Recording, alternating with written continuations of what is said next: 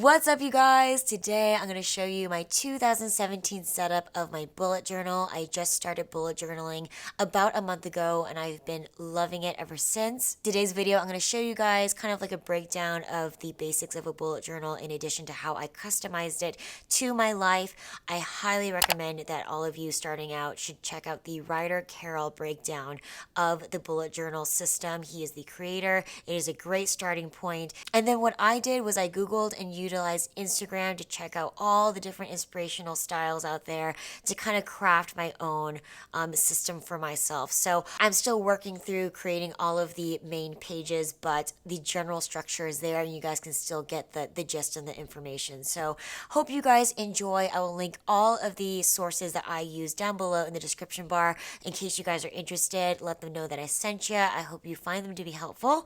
And then at the very end of this video, I'm going to show you guys all of my favorite supplies in case you guys want to know too. So let's get started. So the best thing about the bullet journal is that you can literally start out with just any notebook and a pen. It's that easy.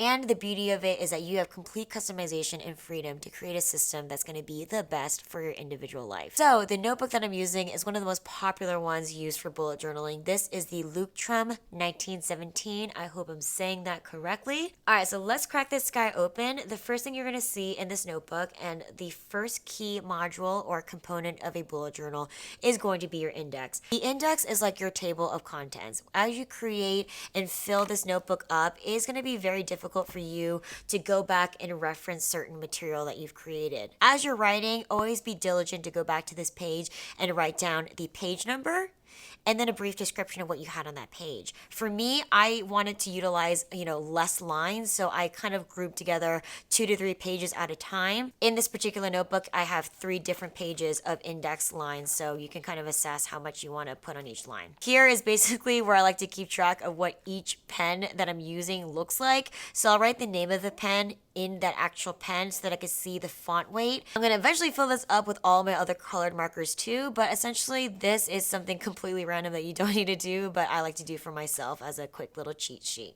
All right, flipping over, the next thing is the future log.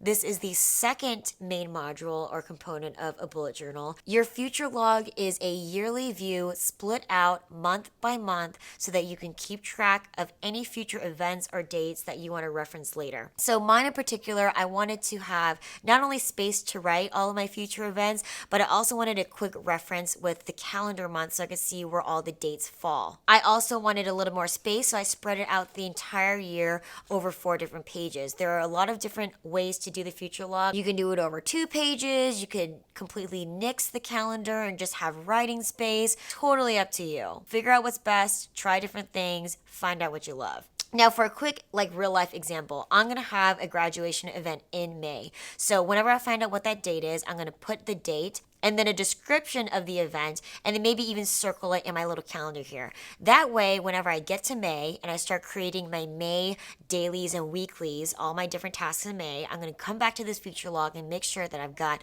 all these events documented in real time. You can get as specific and as granular as you like, but that's essentially how the future log works, keeping track of future things so you don't forget it when that time comes. Next component is going to be the key. So the key is like your legend. You keep track of all the iconography and imagery that you're going to be using consistently throughout the journal. So for instance, whenever I have a task, that's a square. An event, that's a circle. An appointment, that's a triangle. And then if you want to crank things up, you can do signifiers, which basically add some additional detail to the task, event, or the appointment, or a note. Like an asterisk means that it's important. An exclamation point means that it's a reminder. A question mark means it's a follow-up question. And then up here is my statuses. If something is filled in, that means it's completed. If something has this little arrow, it means that it's migrated. Basically, this event or appointment or task has been pushed forward. And then an X means that this thing was canceled. So whatever iconography or doodles make the most sense to you, definitely do that. Just as long as you're consistent throughout the entire journal, it really doesn't matter. All right, moving on to my favorite part of the journal. So this next few pages that I'm going to show you are my collections. And essentially collections are a group of common things. It could be a list, it could be reference sheets, it could be guides, it could really be any of the miscellaneous stuff that you want to add and document inside your journal. I ended up blocking a nice big chunk of space before all of my monthly and daily and weekly logs because these things are going to be relevant throughout the entire year. So if you guys want to, you can have your index, you can have your future log, your key, and then block off a nice chunk for all of your goal setting and, yearly relevant things before you get going on your daily. So that's just what I did. Totally up to you. I'm going to show you guys all of my collections now. So my very first collection here on the left is going to be my yearly at a glance. I wanted to have one singular sheet that showed me every single month, all the days of the year, in one shot. Then very handy on the right hand side is going to be my birthday tracker.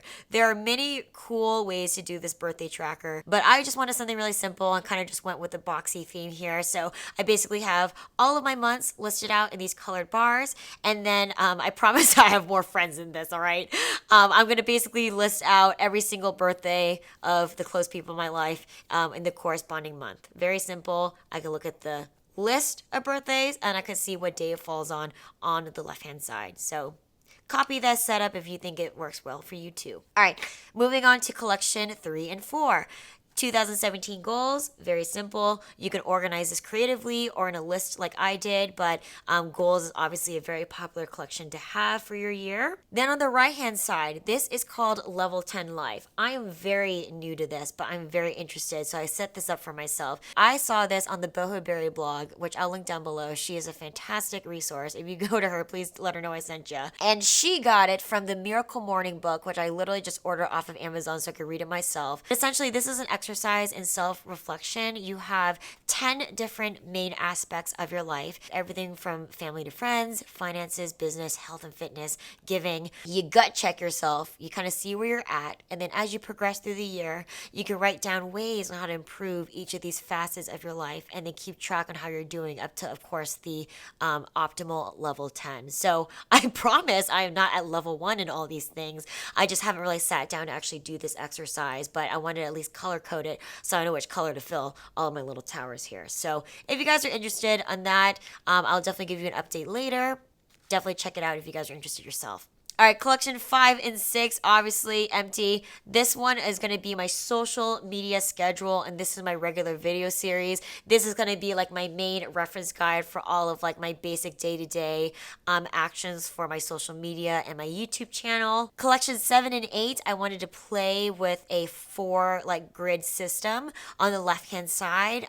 This was a way for me to track all of the people and the brands that I discover and love, and then also keep track of all the people and brands that I work with throughout the year, so I just don't forget, those projects or relationships. So I kind of put the people I love and brands I love on the left-hand side, and then as I work with them or successfully collaborate with them, I'm going to put those projects here on the right to keep track. Then on this right-hand side, this is like my little milestone tracker. I put all 4 of like the main social media channels, and then, I documented it, yesterday, January 7th, on where I was, and then I'll go ahead and keep track of all of my followers for each social media channel throughout the year so I can kind of see my progress, visually.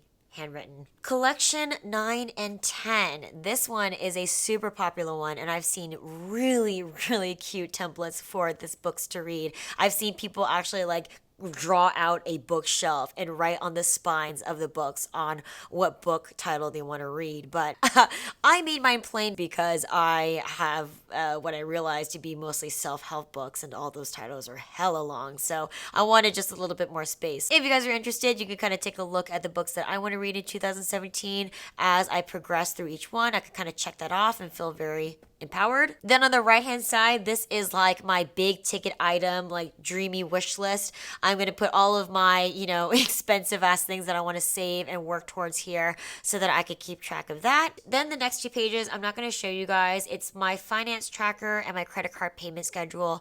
Those are 2 big major components that people put in their journal just to keep track of all of their budgeting. I highly suggest it. Collection 13 and 14. These are some helpful guides for like shopping. clothing.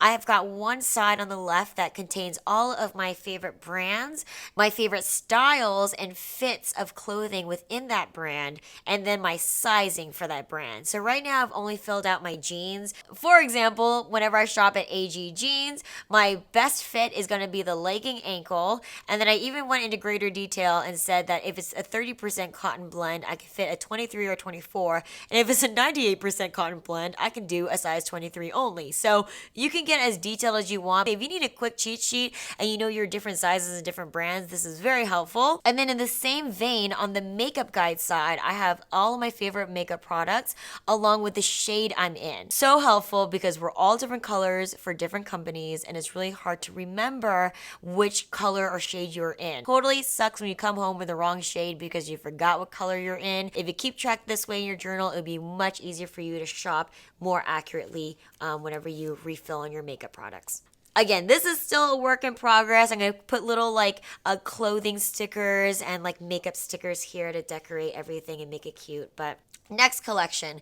This is my recipe and snacks pages. I dedicated 2 different pages here. Whenever I try a recipe or try a new snack thing that I like, I want to document it here. So in case I'm ever uninspired, I can reference this page and kind of jog my memory of what I liked to eat. So right now I've only got one recipe for the year, my Nom Nom Paleo book. I tried that winter kale and persimmon salad and it was the freaking jam. So I put a little heart there so I know that I can try that later if I ever need a salad. Next 2 pages, I dedicated these to all of my favorite exercise routines. Clearly, I have not exercised recently, but once I figure out some 30-minute or 45-minute, exercises that I like, I could document all those exercises here. And then I kind of wanted to dedicate this page to outdoor activities. So if there's a trail that I liked or a certain hike that I enjoyed, I can write those outdoor activities here. So I don't forget. Moving on to the next 2 pages, I have kind of my inspirational spread. One page, I'm going to make this really pretty into my gratitude page. I want to sit down and meditate and just really think about all the things I'm grateful for. Or, maybe I'm having a terrible day and I just open this up and be like, damn, my life's awesome. What am I being upset about? Just a little happy booster here. Then on the right-hand side, I want to save this for any quotes that I see in my devotionals or my books or my podcasts, anything that really sticks out to me. I want a centralized place to remember them.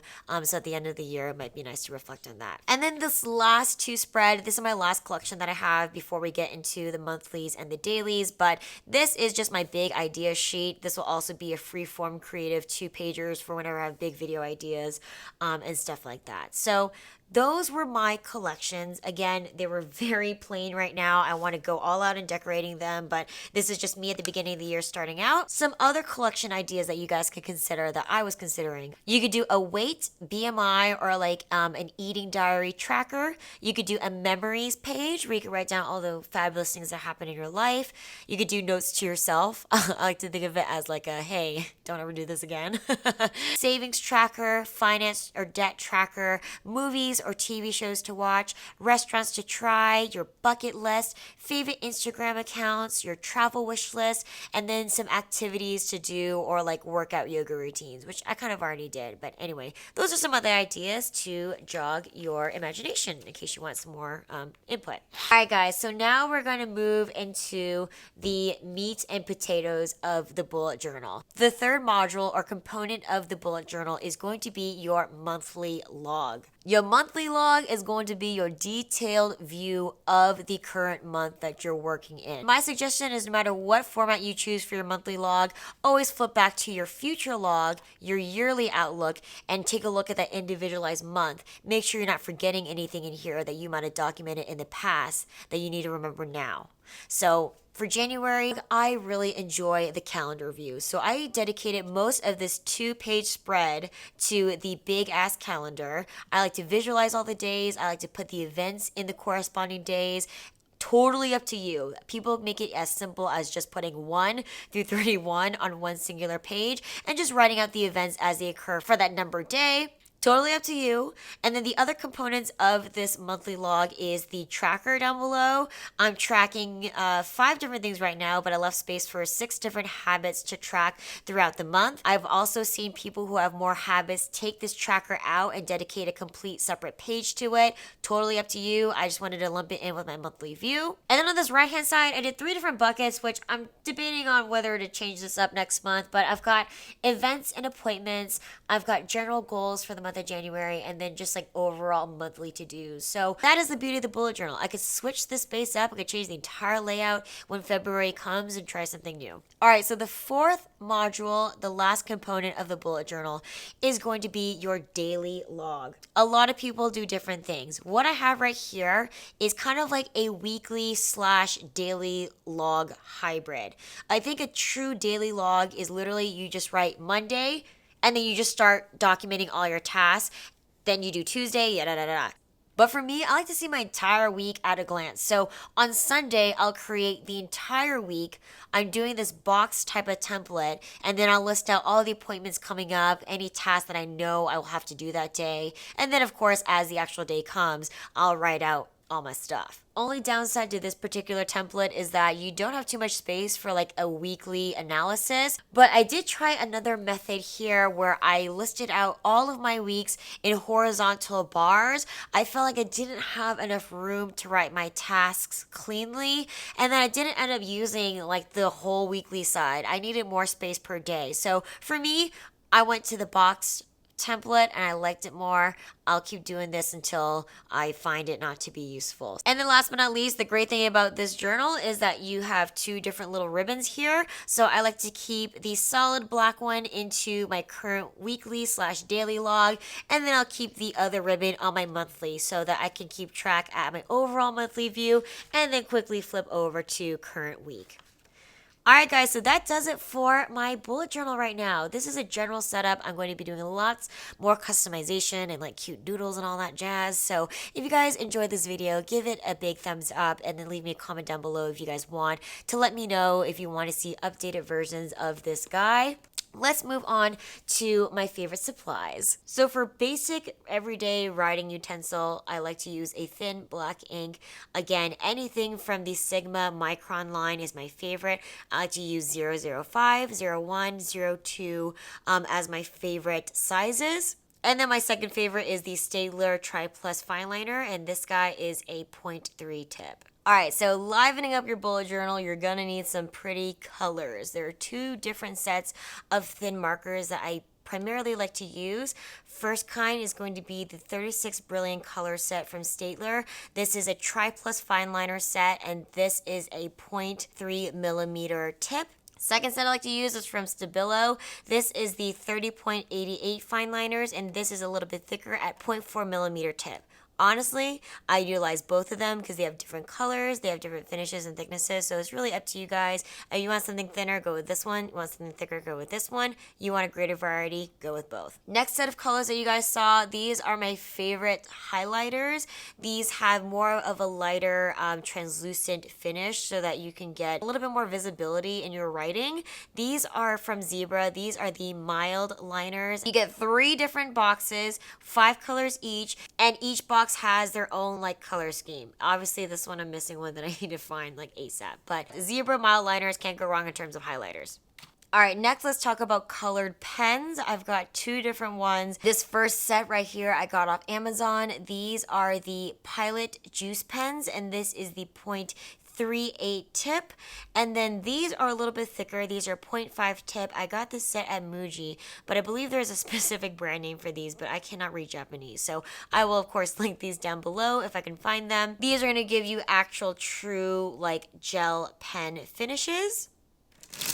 And then this last brand that I love, I've been using this brand since college. I feel like it's a hybrid between a pen and a marker.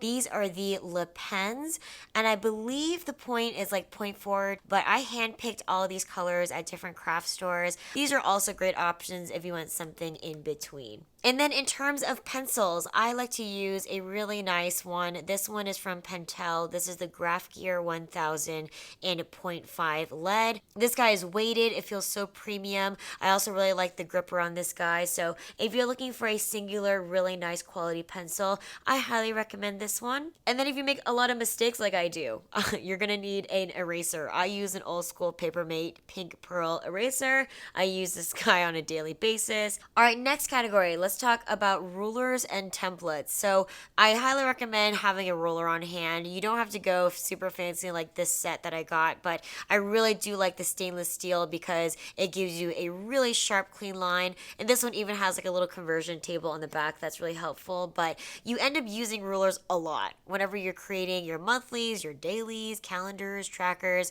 It's a really important thing to have on hand. So I like that I have the travel size and a large size for whenever I need it. And then for the serious bullet journal enthusiasts, you can also invest in some great templates.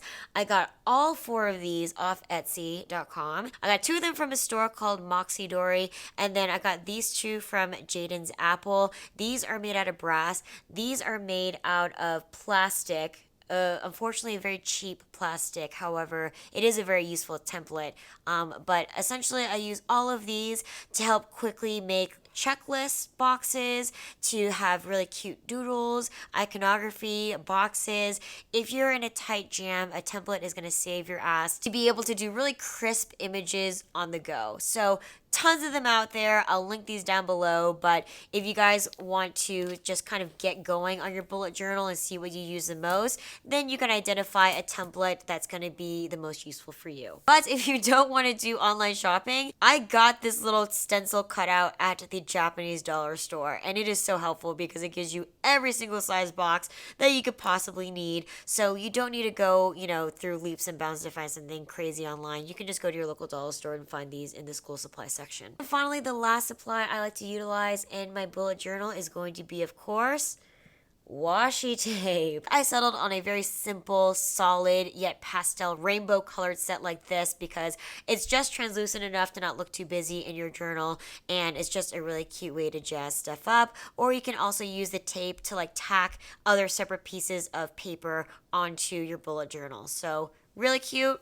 And then the last thing I wanted to show you guys for storage, the best thing that me and Jeremy found for our supplies is these 2 acrylic totes. I can separate all of my pens from my washi tape to my markers, and then the back side has enough space to actually fit the large value packs. And whenever I need to come out and do my journals every day or on Sunday, I can just bring out these 2 totes from the closet, set it down next to me, and then put it all together after I'm done. So I will link everything down below in the description box in case you guys are interested. Give this video a thumbs up if you like more of this moving forward. I love you guys to death. I hope you're having a fantastic 2017 so far, and I'll talk to you guys in a few days. Bye!